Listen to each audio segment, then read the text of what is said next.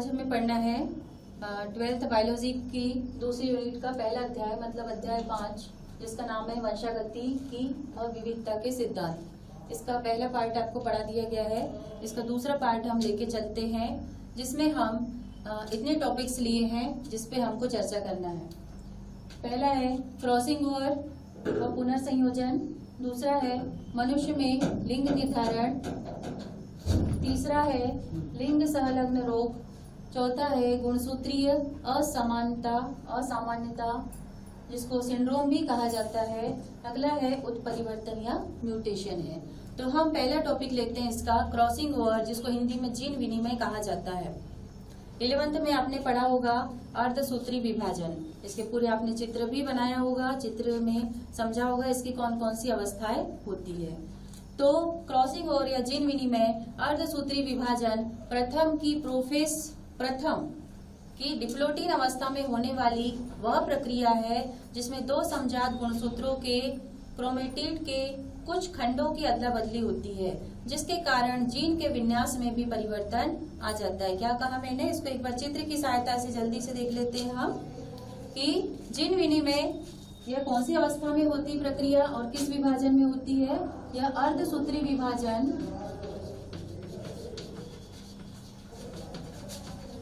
प्रथम की प्रोफेज प्रथम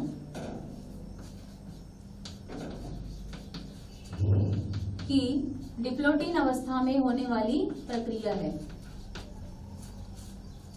अर्धसूत्री विभाजन दो भागों में हम इसको बांट सकते हैं, अर्धसूत्री विभाजन प्रथम, अर्धसूत्री विभाजन द्वितीय। तो अर्धसूत्री विभाजन प्रथम में होने वाली प्रक्रिया है डिप्लोटीन। इसकी प्रोफेज प्रथम में कौन कौन सी प्रक्रियाएं होती, 5 अवस्थाएं होती, आपको मालूम होगा। पहला लेप्टोटीन, दूसरा जाइगोटीन, तीसरा पैकेटीन, फिर डिप्लोटीन, उसके बाद क्या होता है, डाइकाइनेसिस होता है। तो थोड़ा सा चित्र की सहायता से हम देख ले डिप्लोटीन अवस्था में क्या होता है। वैसे पैकेटीन अवस्था से ही प्रारंभ हो जाता है। इसका दो समजात गुणसूत्र है,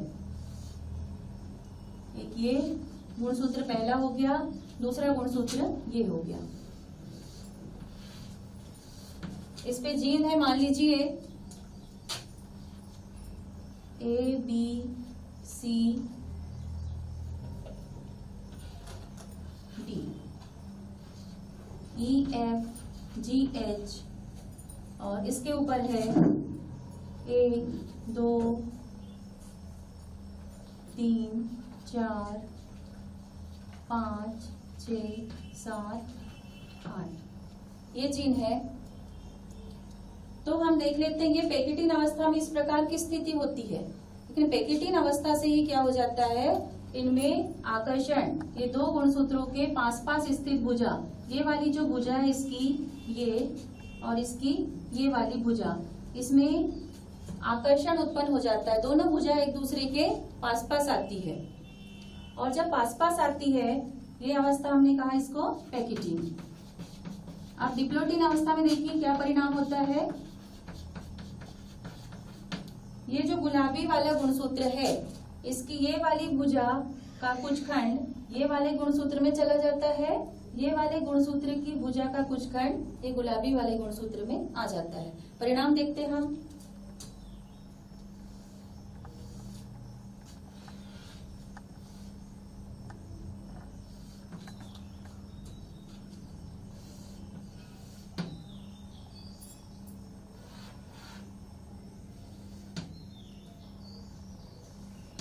अब हम देखते हैं जीन्स की स्थिति इनके ऊपर क्या होगी।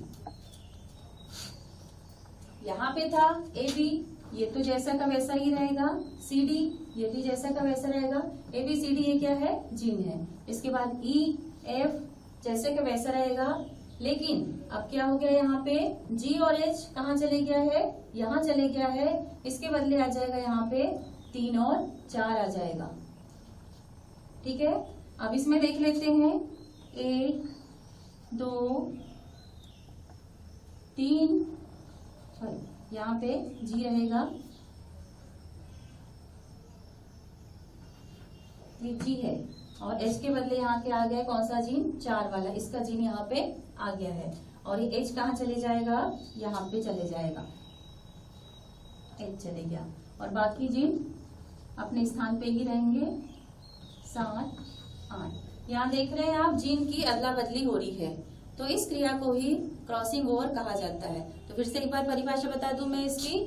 क्रॉसिंग ओवर अर्धसूत्री विभाजन की डिप्लोटीन अवस्था में होने वाली वह प्रक्रिया है जिसमें दो समजात गुणसूत्र के क्रोमेटिड के कुछ खंडों की अदला बदली हो जाती है, जिससे जीन में भी अदला बदली हो जाती है और गुणसूत्र पुनर्विन्यासित हो जाता है। ठीक है, तो ये हो गया क्रॉसिंग ओवर। इसी से संबंधित है पुनर्संयोजन। एक प्रक्रिया है पुनर्संयोजन, पुनः संयोजन, रिकॉम्बिनेशन।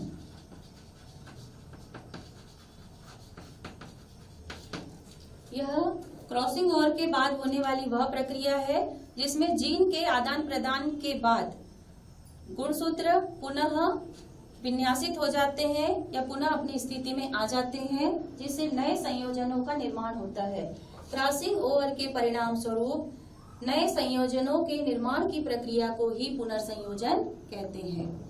ठीक है, अब इसका महत्व देख लें हम। क्रॉसिंग ओवर का क्या महत्व है? क्रॉसिंग ओवर की सहायता से हम यह सिद्ध कर सकते हैं, इसका महत्व आपको पूछा जाता है, क्रॉसिंग ओवर का महत्व लिखिए। तो पहला महत्व हम बता दें, इसकी सहायता से हम यह सिद्ध कर सकते हैं कि गुणसूत्र के ऊपर जीन रैखिक क्रम में स्थित होते हैं। ये पहला महत्व हो गया। दूसरा बता दें आपको, इसकी सहायता से विभिन्नता उत्पन्न होती है, क्योंकि ये माता पिता के गुणसूत्र थे, अब ये संतानों के गुणसूत्र है, तो संतानें गुणों में अपने माता पिता से भिन्न हो जाती है।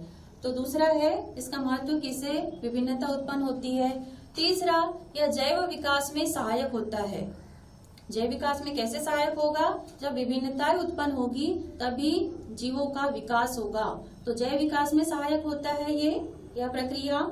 चौथा, हम बता सकते हैं कि इसकी सहायता से हम जीन मानचित्र बना सकते हैं या गुणसूत्र मानचित्र तैयार कर सकते हैं। तो इसके 4 महत्व हो गए क्रॉसिंग ओवर के। अब एक शब्द आया यहाँ पे, जीन मानचित्र, छोटा सा जीन मानचित्र या गुणसूत्र मानचित्र।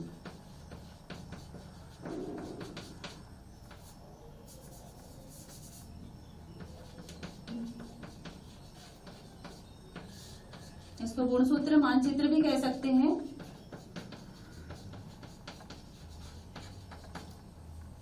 जिनमें ये क्या होता है? गुणसूत्र मानचित्र वह मानचित्र है जिसमें गुणसूत्र के ऊपर स्थित जीनों को उनकी दूरी के अनुपात में व्यवस्थित किया जाता है। उनकी दूरी के अनुपात में व्यवस्थित किया जाता है, तब ऐसा मानचित्र जीन मानचित्र कहलाता है। ठीक है, क्योंकि आप जानते हैं जो गुणसूत्र होता है उस पर जीन्स एक रैखिक क्रम में स्थित होते हैं, उनके बीच भी एक निश्चित दूरी होती है। तो गुणसूत्र पर स्थित जीन्स को जब एक निश्चित दूरी की सहायता से प्रदर्शित किया जाता है, तब ऐसे मानचित्र को जीन मानचित्र कहते हैं। ठीक, तो यहाँ पे हमारे क्रॉसिंग ओवर हो गया पहला टॉपिक, पहला बिंदु, और जीन मानचित्र को भी उसी के साथ मैंने समझा दिया। अब एक और छोटा 2 नंबर का क्वेश्चन आपको आता है, जीनोम। जीनोम क्या होता है? ठीक है, 1 या 2 नंबर के क्वेश्चन पूछा जाता है।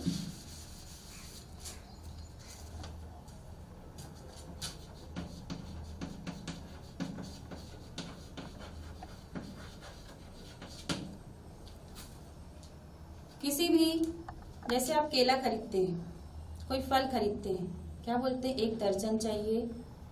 चूड़ियां खरीदते हैं, 1 सेट चाहिए। उसी प्रकार से जीवों में भी गुणसूत्र के सेट पाए जाते हैं। 1 सेट भी हो सकते हैं, 2 सेट हो सकते हैं या 3 सेट भी हो सकते हैं।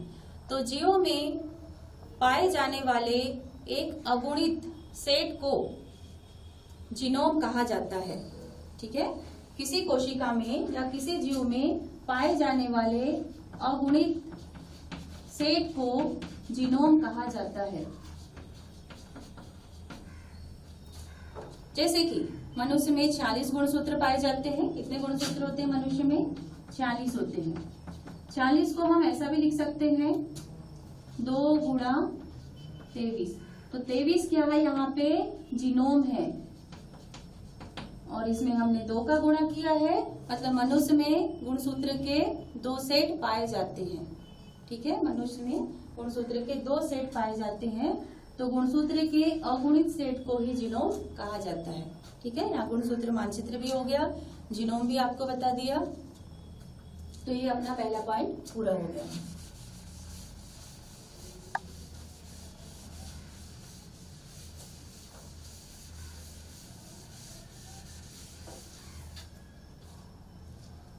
अब अगला टॉपिक लेके चलते हैं हम, मनुष्य में लिंग निर्धारण की प्रक्रिया।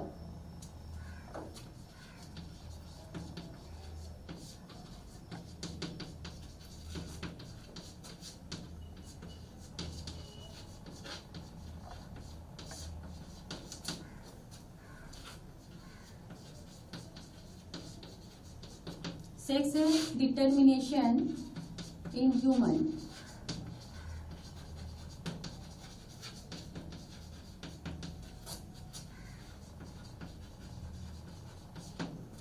इसका मतलब हुआ, इस प्रक्रिया को बताने का उद्देश्य ये है कि जो होने वाली संतान है वो लड़का होगा या लड़की होगी, इसका निर्धारण हम किस तरह से कर सकते हैं। तो आपको मालूम है मनुष्य में कितने गुणसूत्र पाए जाते हैं? मनुष्य में 46 गुणसूत्र पाए जाते हैं। ठीक है, तो 46 गुणसूत्र में पूरे 46 एक जैसे नहीं होते हैं, उसमें से जो 44 होते हैं वो एक समान होते हैं और बाकी गुणसूत्र अलग होते हैं। तो देखिए इनको क्या क्या कहते हैं। 40 गुणसूत्र में से जो 44 गुणसूत्र होते हैं,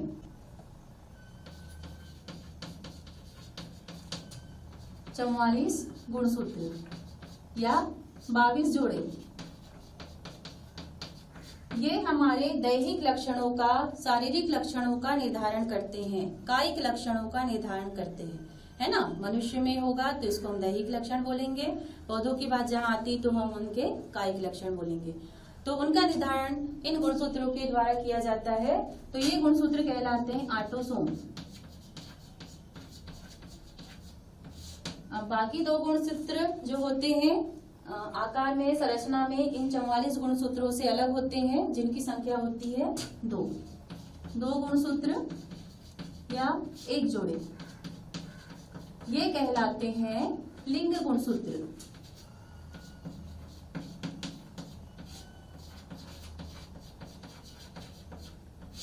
जो जीवों के लिंग का निर्धारण करते हैं कि वह मेल होगा कि फीमेल होगा।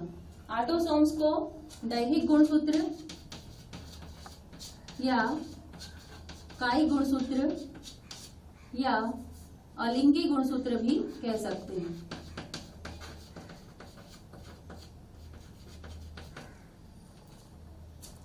तो जो जीवों में लिंग का निर्धारण किया जाता है वह इन 1 जोड़े गुणसूत्र अर्थात लिंग गुणसूत्र की सहायता से ही किया जाता है। ये जो लिंग गुणसूत्र होते हैं पुरुष और स्त्री में एक जैसे ही नहीं होते हैं। स्त्रियों में यह एक जैसे होते हैं, स्त्रियों में ये 1, 2 XX होते हैं और पुरुषों में होते हैं ये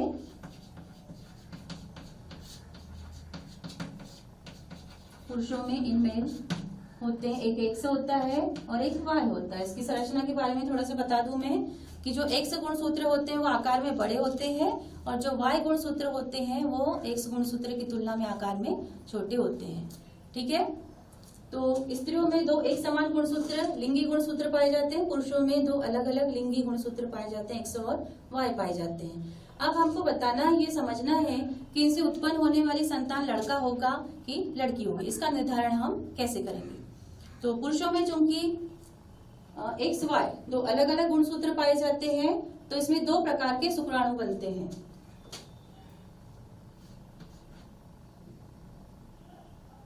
पहला होता है 22 धन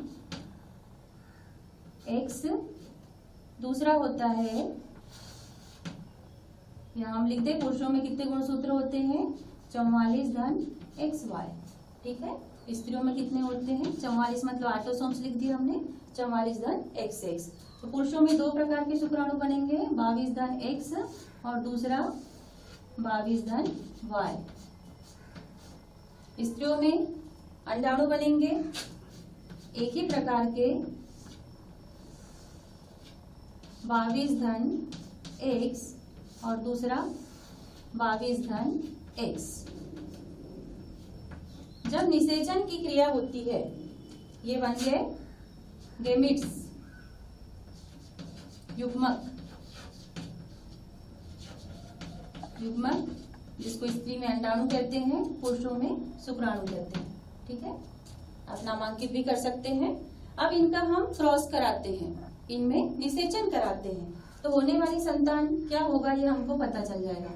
इस अंडाणु का इस शुक्राणु से जब निषेचन होता है तो देखिए x 22 धन x और 22 धन x, ये संतान है। ठीक है, ये जो बन रही है ये क्या है, संतान या प्रोजेनी। अब इस x का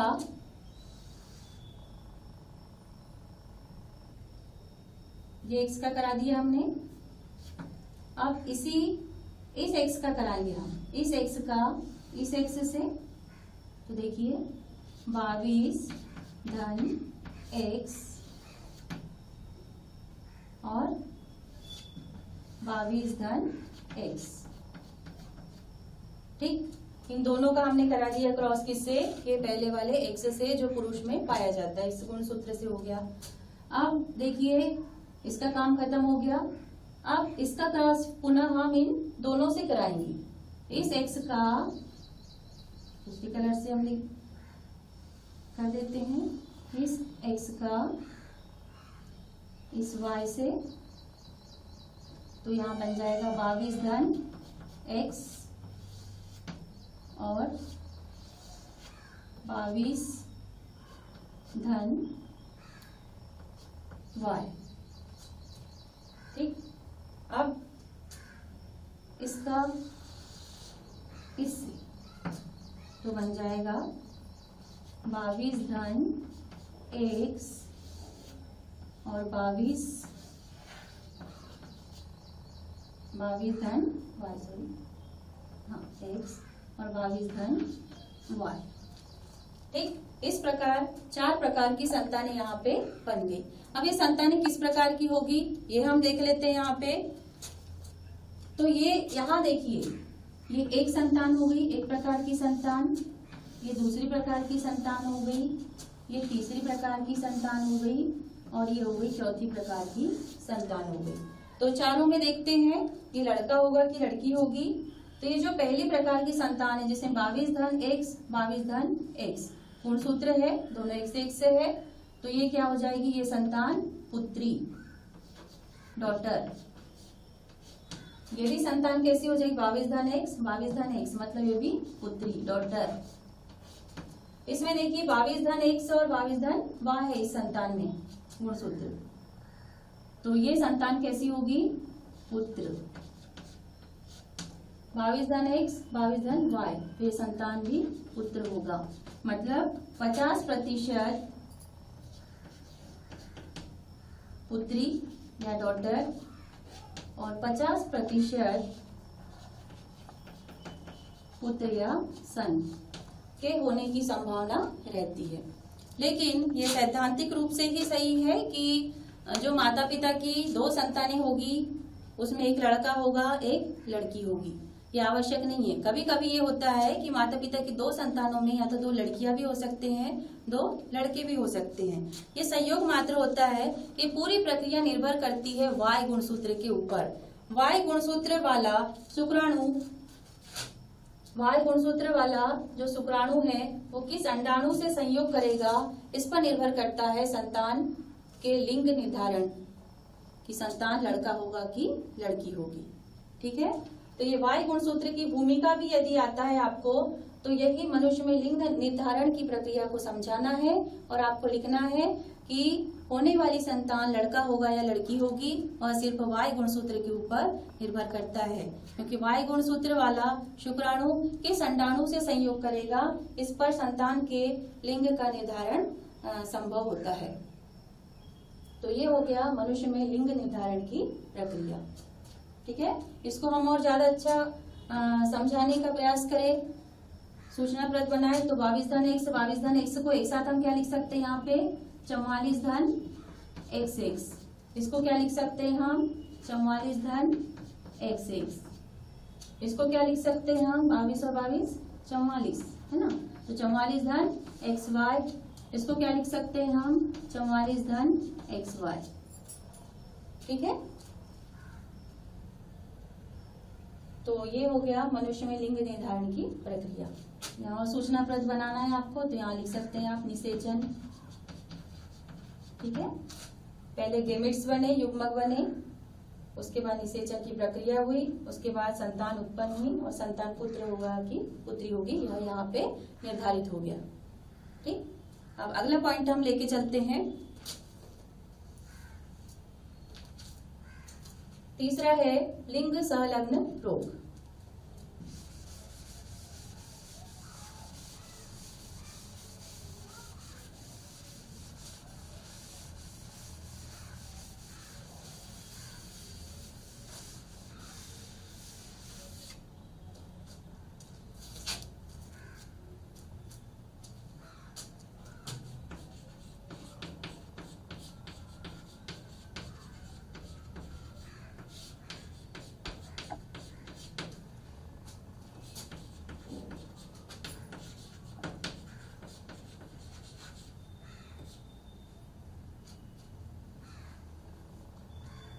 रोग को वंशागतिकी के अंतर्गत ही समझते हैं।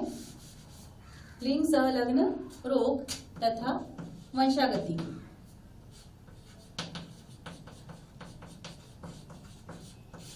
तो पहले हम लिंग सहलग्न वंशागतिकी समझ लेते हैं।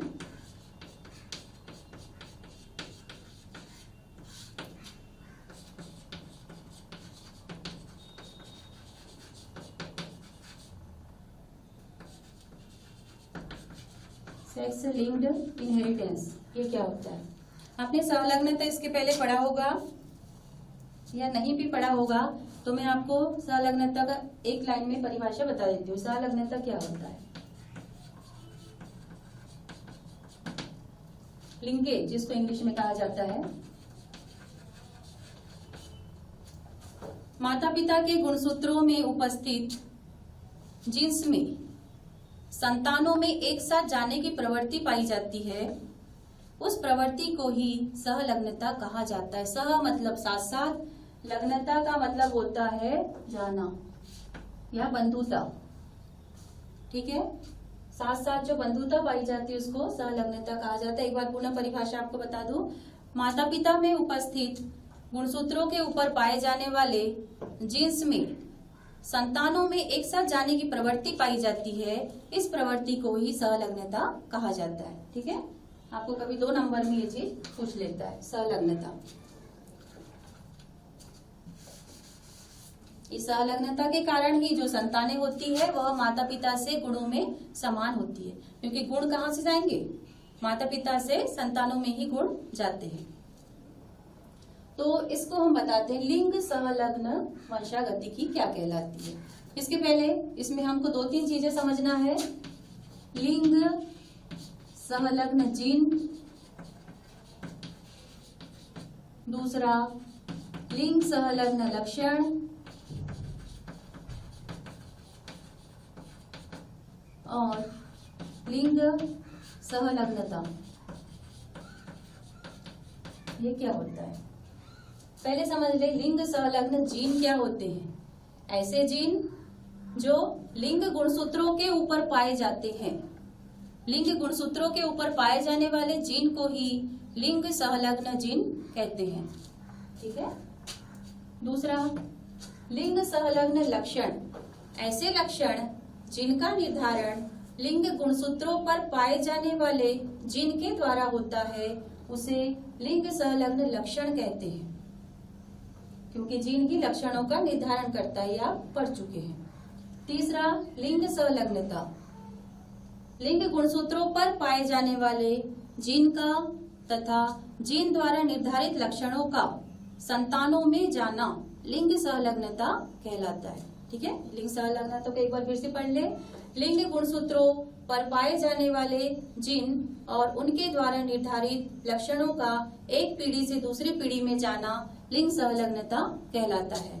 इन तीनों चीजों के बेस पर हम लिंग सहलग्न वंशागतिकी को समझाते हैं।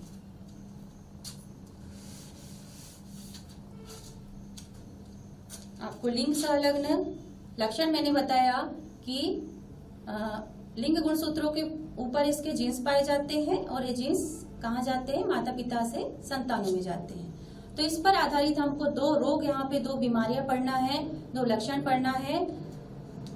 इसमें पहला है हीमोफीलिया और दूसरा है रंग वर्णांधता।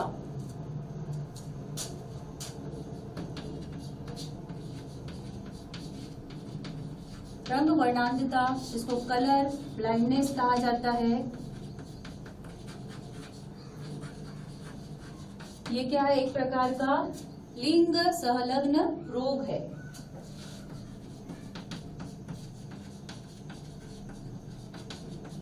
इसकी वंशागतिकी को हमें समझना है। ठीक है, पहले इस रोग के बारे में हम थोड़ा सा समझ ले कि ये रोग क्या होता है।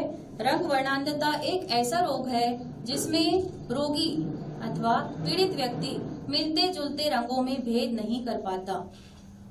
इसमें सबसे अधिक जो रंग वर्णांधता पाई जाती है वो हरे और लाल रंग वाली वर्णांधता पाई जाती है।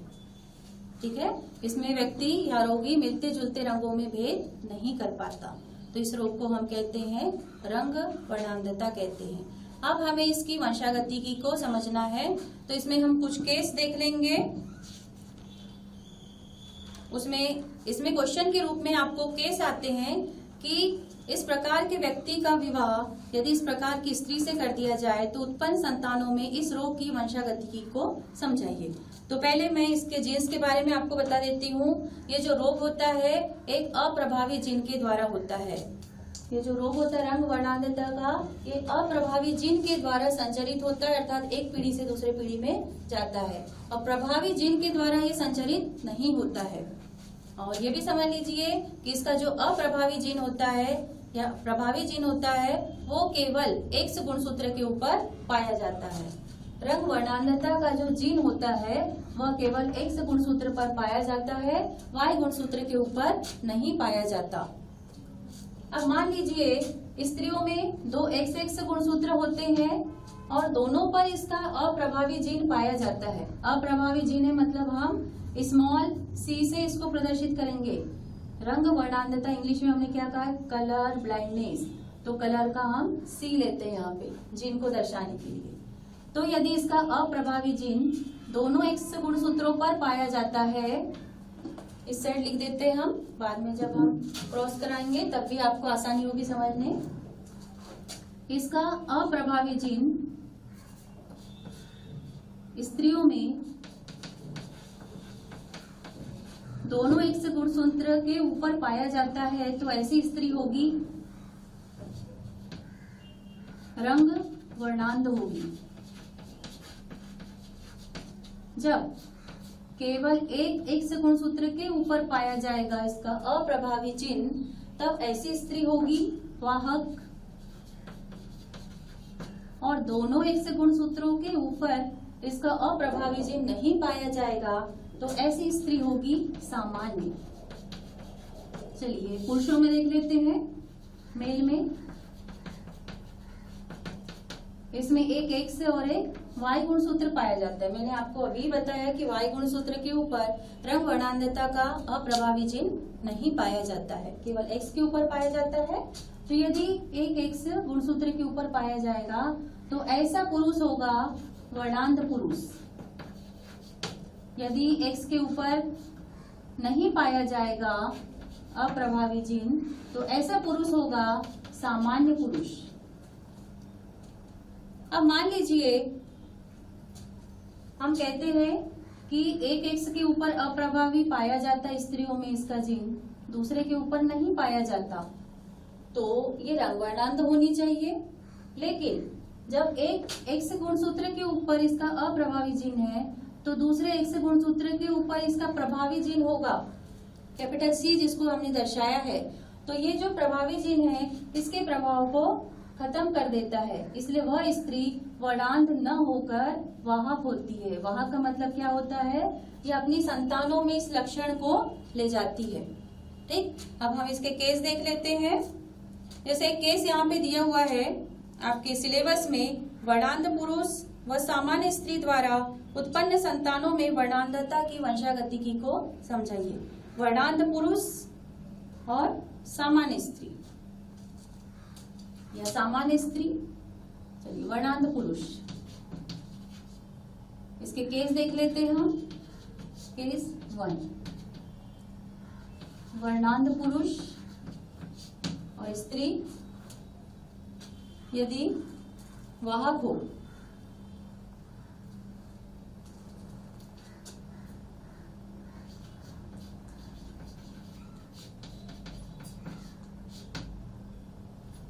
इसमें हमको वंशागतिकी दर्शाना है किसकी? रंग वर्णांधता की। तो वर्णांध पुरुष, पुरुष में कितने गुणसूत्र होते हैं? 2, एक एक्स और एक वाई। स्त्री में होते हैं एक्स और एक्स होते हैं। ठीक है, वर्णांध पुरुष मतलब एक्स गुणसूत्र के ऊपर वर्णांधता का अप्रभावी चिन्ह होगा। वाहक स्त्री है मतलब एक एक्स के ऊपर इसका अप्रभावी चिन्ह होगा। अब हम इसमें क्रॉस कराते हैं और उत्पन्न संतान की वंशागतिकी यहाँ पे देखते हैं। ये पेरेंट है दोनों, माता और पिता। इस x का क्रॉस कराइए इस x से x c x c। अब इसी x का कराइए इस x से x c x। इस x का काम हो गया यहाँ पे। अब y का, इस y का इस x से तो x c y। अब इसी y का इस x से तो x y। यहाँ 4 प्रकार की संतानें उत्पन्न हो रही है। तो ये कैसी होगी हम देख लेते हैं।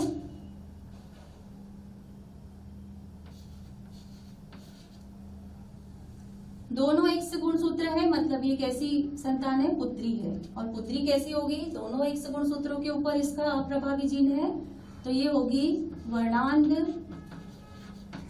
पुत्री। ये भी पुत्री है, एक एक्स के ऊपर इसका अप्रभावी जीन है, तो ये कैसी होगी? वाहक पुत्री। एक्स सी वाई, ये पुत्र होगा, वाई गुणसूत्र है, तो ये कैसा होगा? वर्णांध। वर्णांध पुत्र। और ये सामान्य पुत्र। अगर अनुपात देखें तो ये 25%, ये 25%, ये 25% संतान इस प्रकार की उत्पन्न होती है। अनुपात देखें तो 1:1:1:1:1। तो यहाँ 4 प्रकार की संतानें उत्पन्न हो रही है। 25% लड़के पुत्र वर्णांध, 25% पुत्र सामान्य, 25% पुत्री वर्णांध, 25% पुत्री वाहक उत्पन्न होती है। तो ये हमारा क्या हो गया? रिजल्ट हो गया। ये है संतान या प्रोजेनी।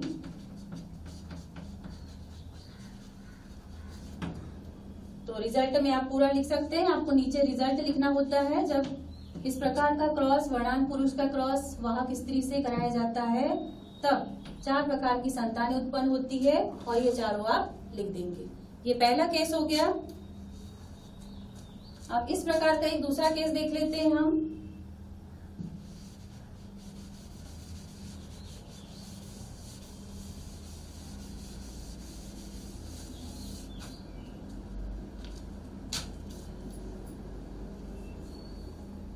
वर्णांध पुरुष सामान्य स्त्री।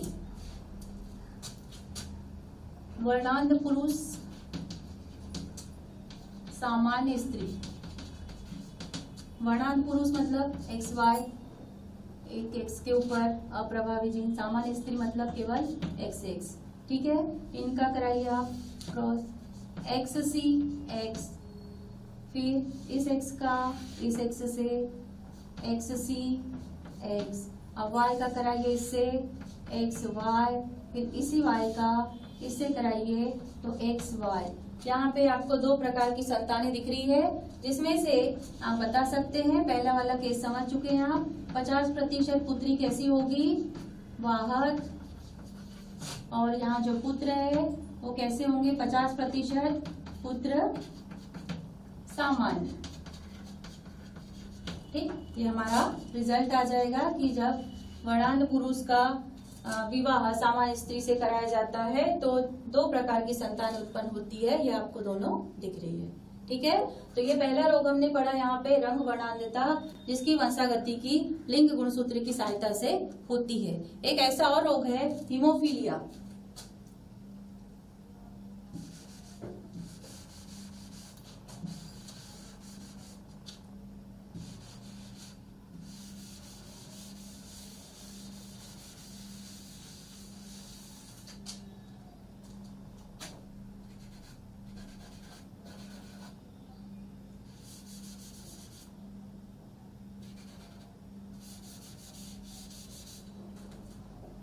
हीमोफीलिया जिसको शाही रोग भी कहा जाता है, इसको शाही रोग क्यों कहा जाता है, क्योंकि यह महारानी विक्टोरिया में सबसे पहले खोजा गया था। हीमोफीलिया, इस रोग के बारे में बता दूं आपको। हीमोफीलिया एक ऐसा रोग है जिसमें व्यक्ति को चोट लगने पर उसका रुधिर, उसका ब्लड लगातार बहते रहता है, उसके ब्लड का, रुधिर का थक्का नहीं बनता है या बनने में बहुत अधिक समय लगता है। जब एक सामान्य व्यक्ति को चोट लगती है तो उसके रुधिर का थक्का 2 से 8 मिनट के अंदर बन जाता है, जबकि इस रोग से पीड़ित व्यक्ति में रुधिर का थक्का आधे घंटे से लेकर 24 घंटे के बीच में बनता है। तब तक पूरा ब्लड बॉडी से बह जाता है। तो ये एक अत्यंत जानलेवा बीमारी है और यह एक लिंग संलग्न रोग है। यह रोग भी एक जीन के द्वारा होता है, अप्रभावी जीन की सहायता से यह संचरित होता है पीढ़ी दर पीढ़ी। तो पुनः आपको समझा दूं, इसमें हीमोफीलिया इसको अंग्रेजी में H से प्रदर्शित करेंगे हम, हीमोफीलिया के अप्रभावी जीन को। तो यदि हीमोफीलिया का अप्रभावी जीन दोनों X गुणसूत्र के ऊपर पाया जाएगा स्त्रियों में, तो ऐसी स्त्री होगी हीमोफिलिक। यदि एक X गुणसूत्र के ऊपर इसका प्रभावी जीन होगा तो ये वाहक होगी। यदि दोनों X के ऊपर नहीं है तब वह स्त्री सामान्य होगी। अब पुरुषों में देख ले हम, पुरुषों में 2 गुणसूत्र है। यदि एक X गुणसूत्र के ऊपर इसका अप्रभावी जीन होगा तो ऐसा पुरुष होगा हीमोफिलिक, और X के ऊपर इसका प्रभावी जीन नहीं है तो वह पुरुष कैसा होगा, सामान्य होगा। तो इसका भी हम केस देख लेते हैं, 1-2 केस इसके, कि इस प्रकार के पुरुष का विवाह इस प्रकार की स्त्री से कराया जाता है तो संतान कैसी प्राप्त होगी। तो हम एक केस देख लेते हैं, हीमोफिलिक पुरुष और वाहक स्त्री।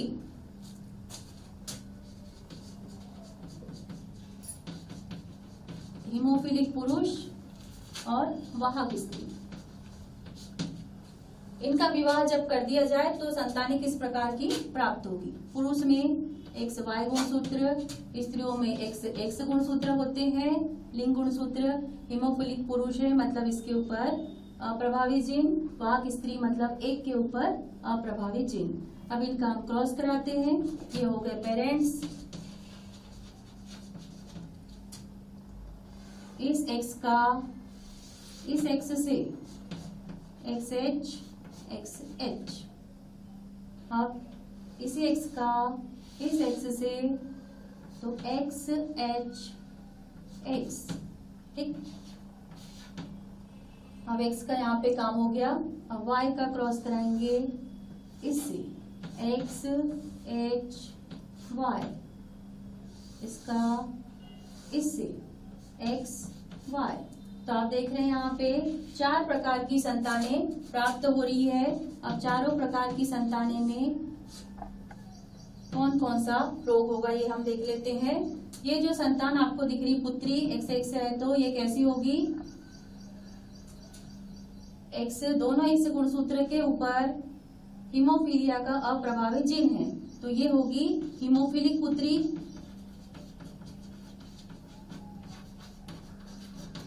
ये पुत्री कैसी होगी, वाहक पुत्री। ये पुत्र कैसा होगा, हीमोफिलिक पुत्र।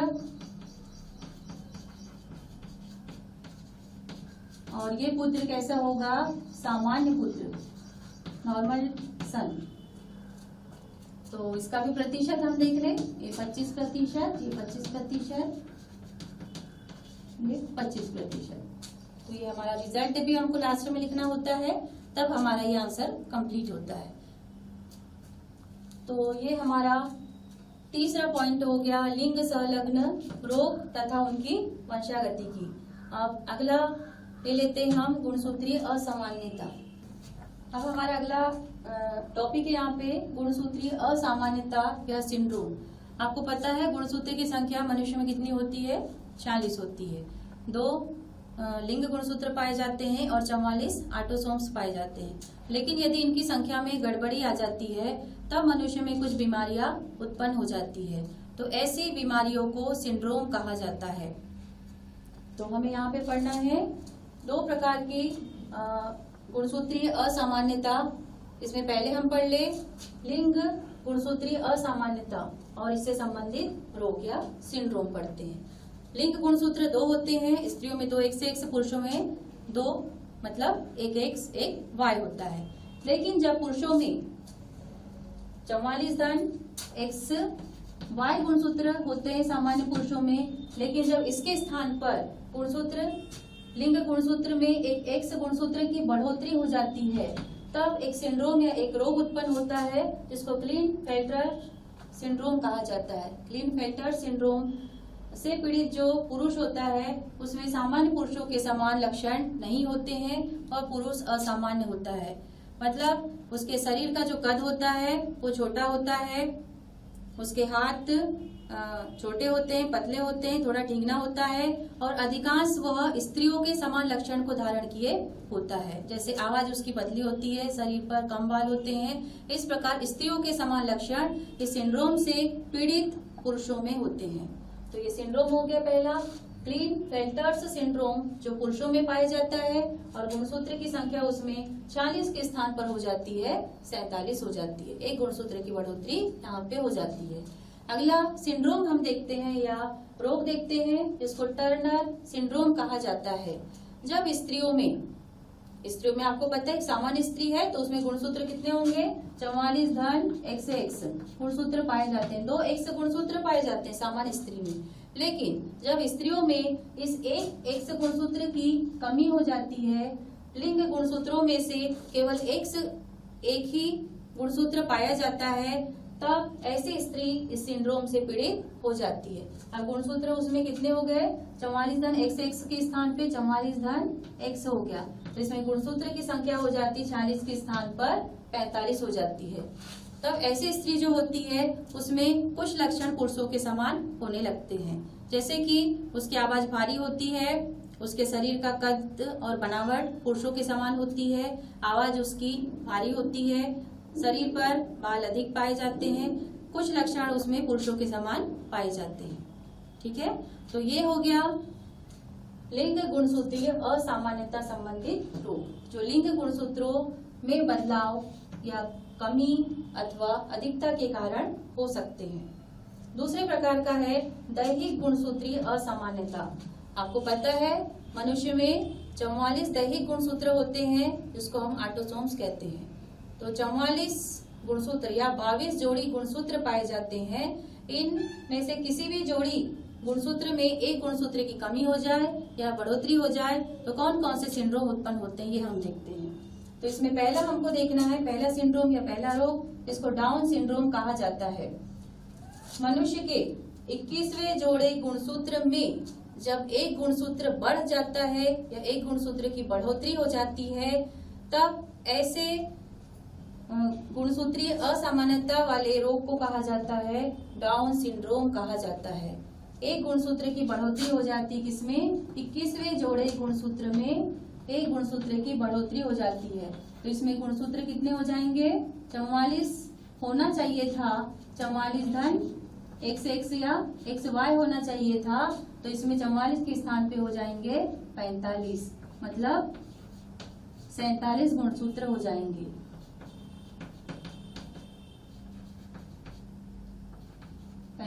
और 2 लिंग गुणसूत्र, ठीक है, तो 47 गुणसूत्र हो जाएंगे। अब दूसरा सिंड्रोम है एडवर्ड सिंड्रोम। जब मनुष्य में 18वें जोड़े गुणसूत्र में एक गुणसूत्र की बढ़ोतरी हो जाती है तब ऐसे सिंड्रोम को कहा जाता है एडवर्ड सिंड्रोम। 18वें जोड़े अर्थात 44 धन कितना होना था, 2 गुणसूत्र होना था, इसके स्थान पे क्या हो जाता है 45 धन 2। मतलब ऐसे भी सिंड्रोम से पीड़ित व्यक्ति में 47 गुणसूत्र हो जाते हैं। 46 के स्थान पर 47 गुणसूत्र हो जाते हैं। ये कौन से जोड़े में हुआ, 18वें जोड़े गुणसूत्र में एक गुणसूत्र की बढ़ोतरी के कारण। अब तीसरा है पटाऊ सिंड्रोम। जब मनुष्य में 13वें जोड़े गुणसूत्र में एक गुणसूत्र की बढ़ोतरी हो जाती है, वृद्धि हो जाती है, तब इस सिंड्रोम को कहा जाता है पटाऊ सिंड्रोम।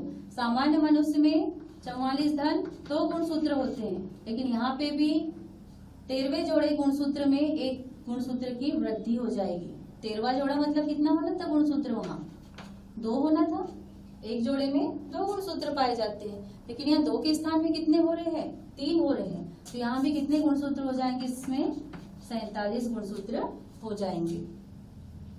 अब अगला है क्राई डू कैट सिंड्रोम। यह किस कारण से होता है, यह संख्या में बढ़ोतरी के कारण नहीं होता बल्कि संरचना में परिवर्तन के कारण होता है। जब मनुष्य के 5वें जोड़े गुणसूत्र के क्रोमेटिड की कुछ जीन युक्त भुजा 15वें जोड़े गुणसूत्र में आकर जुड़ जाती है तो इस सिंड्रोम को कहा जाता है क्राई डू कैट सिंड्रोम। ठीक है, क्या कहा मैंने, 5वें जोड़े गुणसूत्र की जीन युक्त भुजा कहाँ जुड़ जाएगी, आके 15वें जोड़े गुणसूत्र में आके जुड़ जाएगी, तब इस रोग को कहा जाता है क्राई डू कैट सिंड्रोम। अब इसका नाम क्राई डू कैट क्यों कहा जाता है, इसको क्राई का मतलब होता है रोना है, डू मतलब करना, कैट का मतलब होता है बिल्ली। इस बीमारी से पीड़ित जो बच्चा होता है वह बिल्ली के समान रात के समय रोता है, इस कारण इस सिंड्रोम का नाम क्राई डू कैट सिंड्रोम पड़ा। अब इनकी अवधि बता दे। डाउन सिंड्रोम से पीड़ित जो बच्चा होता है उसकी अवधि लगभग 10 साल होती है, 2 से 10 साल होती है। एडवर्ड सिंड्रोम से पीड़ित जो बच्चा होता है उसकी अवधि होती है लगभग 1 साल होती है। तीसरा पटाऊ सिंड्रोम, इस रोग से पीड़ित जो बच्चा होता है उसकी जीवन अवधि 6 महीने होती है। और क्राई डू कैट सिंड्रोम से पीड़ित बच्चे की अवधि भी लगभग 6 महीने होती है। ठीक है, ये सिंड्रोम हो गए। इनके लक्षण एक बार देख लेते हैं कि 2-2 लक्षण इनके। डाउन सिंड्रोम, इसको मंगोलियन जड़ता रोग भी कहा जाता है। इस रोग में जो बच्चा होता है वह मानसिक रूप से विकलांग होता है। उसकी जो आंखें होती है एकदम ज्यादा दूरी पर स्थित होती है, उसका ओठ मोटा होता है, जीभ बाहर निकला हुआ होता है और वह ठिंगना होता है। ठीक है, ये लक्षण हो गए इसके डाउन सिंड्रोम के। दूसरा सिंड्रोम है एडवर्ड सिंड्रोम। इस रोग से पीड़ित बच्चा मानसिक रूप से विकलांग होता है, उसके भी जीभ बाहर निकली होती है, लार टपकते रहता है। ठीक है, और कुपोषण से भी वह पीड़ित होता है। तीसरा सिंड्रोम हमने जो पढ़ा पटाऊ सिंड्रोम, इससे पीड़ित जो बच्चा होता है उसमें हृदय संबंधी खराबी होती है। और लास्ट वाला तो आपको बता दिया, इससे पीड़ित जो बच्चा होता है रात के समय बिल्ली के समान रोता है। तो ये हो गए हमारे यहाँ पे सिंड्रोम्स हो गए। अब लास्ट टॉपिक हम ले लेते हैं उत्परिवर्तन।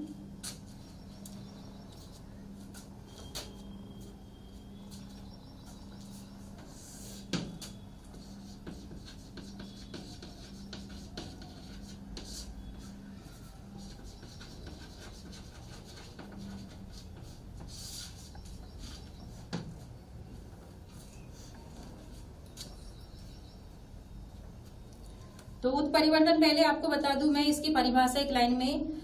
उत मतलब अचानक और परिवर्तन का मतलब तो परिवर्तन होता है।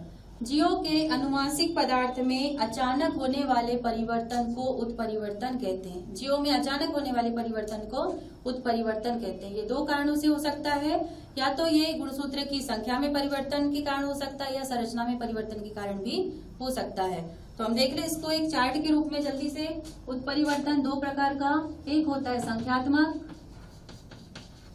दूसरा होता है संरचनात्मक। अब संख्यात्मक भी पुनः दो प्रकार का होता है संख्यात्मक परिवर्तन भी। पहला यूक्लिडी, दूसरा एनयूक्लिडी।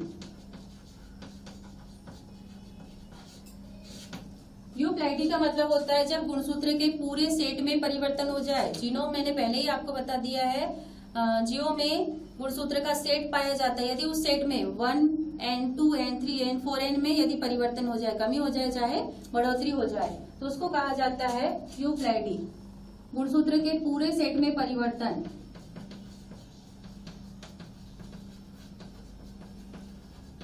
एग्जाम्पल, 2n के स्थान पर 3n, 4n हो जाए या 1n हो जाए, ठीक है। एनयूक्लिडी, इसमें क्या होता है, गुणसूत्र की संख्या में 1, 2, 3 या अधिक की कमी या बढ़ोतरी। तो इसके स्थान पे तो इसके आधार पर ये भी दो प्रकार का हो सकता है। एनयूक्लिडी को दो भागों में बांट सकते हैं, एक हाइपोप्लाइडी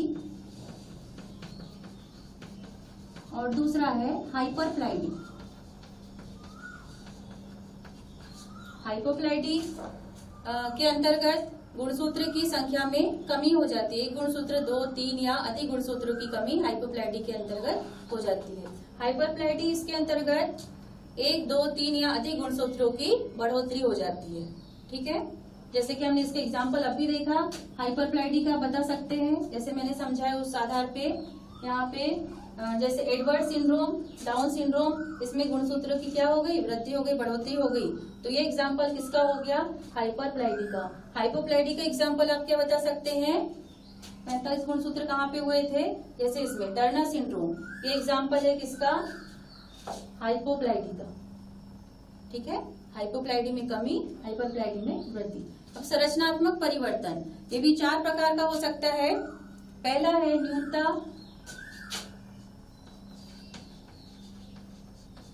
दूसरा है गुणन या गुणन ही कहेंगे इसको। तीसरा होता है स्थानांतरण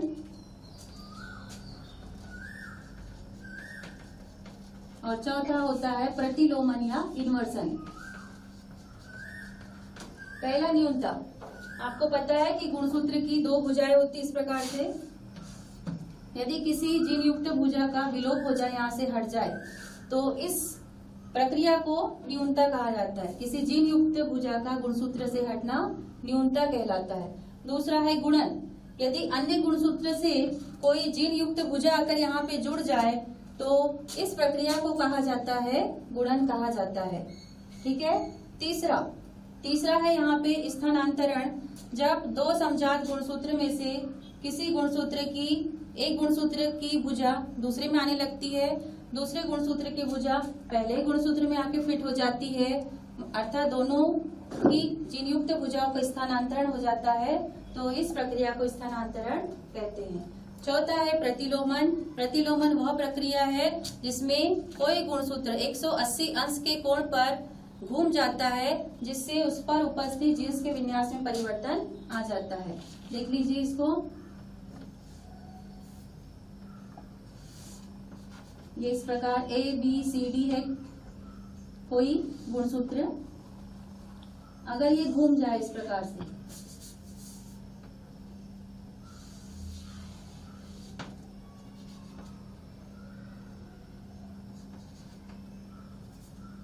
A, B, C, D, E, F, G, H, इस पर जीन्स उपस्थित है, तो ये A, B, C, D, E, F, G, H, इस प्रकार ये घूम गया। अब घूमने के पश्चात जब सीधा हो जाएगा तो इसमें जीन्स का क्रम पूरी तरह से बदल जाएगा, तो यह प्रक्रिया कहलाती है, प्रतिलोमन कहलाती है। इसके कुछ क्वेश्चन एक बार शॉर्टली आपको मैं बता दूं। क्वेश्चन पहला, क्रॉसिंग ओवर वह पुनर्संयोजन किसे कहते हैं, इसका महत्व लिखिए। दूसरा क्वेश्चन आपका बन जाएगा, मनुष्य में लिंग निर्धारण की प्रक्रिया को चित्र द्वारा समझाइए। इसको दूसरी प्रकार से पूछ सकता है, लिंग निर्धारण में वाय गुणसूत्र की भूमिका को समझाइए। तीसरा है लिंग संलग्न रोग, तो उसमें आपको कोई केस दे देगा, जो आपको केस मैंने बताया है, इस प्रकार के पुरुष का विवाह इस प्रकार की स्त्री से किया जाता है तो उत्पन्न संतानों में इनकी वंशागतिकी को समझाइए। चौथा, आपको इन सिंड्रोम के ऊपर दे सकता है टिप्पणी के रूप में, क्लीनफेल्टर सिंड्रोम और टर्नर सिंड्रोम में अंतर बताइए, या डाउन सिंड्रोम एडवर्ड सिंड्रोम में अंतर बताइए, क्राइडुकेट सिंड्रोम क्या होता है। चौथा मैंने अगला आपको बताया उत्परिवर्तन बताया, तो उत्परिवर्तन किसे कहते हैं, इसके प्रकार लिखिए और इसका महत्व लिखिए।